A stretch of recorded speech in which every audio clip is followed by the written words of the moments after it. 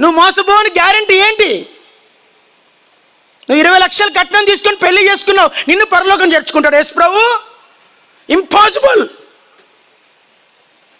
తీసుకునే ప్రసక్తే లేదు. నెవర్. జరగదది. నువ్వు అనుకోవచ్చు పరలోకం పోతానని. ఒక్క వ్యక్తితో అసమాధానం ఉన్న గుమ్మం దగ్గర ఆపేస్తారు, గుర్తుపెట్టుకో. ఒక్క కోటి కేసున్న గుమ్మం దగ్గర ఆపేస్తారు పరలోకంలో. ఒక్క కోటి కేసున్నా, ఒక్క పోలీస్ కేసు నువ్వు పెట్టినా గుమ్మం దగ్గర ఆపేస్తాడు యేసు ప్రభు నిన్ను. నేను మిమ్మల్ని క్షమించడం, మీరు ఒకరినొకరు క్షమించవలను. మీరు క్షమించడంలా మీరు కూడా క్షమింపబడరు.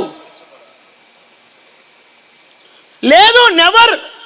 ఒట్టి పరలోక మీటింగ్లు పెట్టారు కదా, డేరా కింద కూర్చుందాం, పోనీలో పోదాం, నేను మాట్లాడిందాం అనుకున్నంత మాత్రాన పరలోకం పోవు.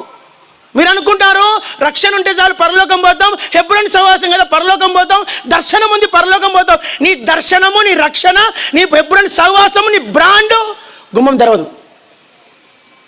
నువ్వు సొసైటీలో ఉన్నా పోవు, ట్రస్ట్లో ఉన్నా పోవు. నువ్వు అనుకుంటున్నావు పోతానని, నువ్వు అనుకుంటున్నావు, గుమ్మం తెరవడు. మీరెవరో నేను ఎన్నడూ ఎరగను, తప్పు చెప్పకూడదు. మీరెవరో నేను అట్లా కాదు ప్రభా, గొలుసు ప్రార్థన చేసినా కదా ప్రభా, మరి 20 లక్షలు కట్నం తీసుకుంది.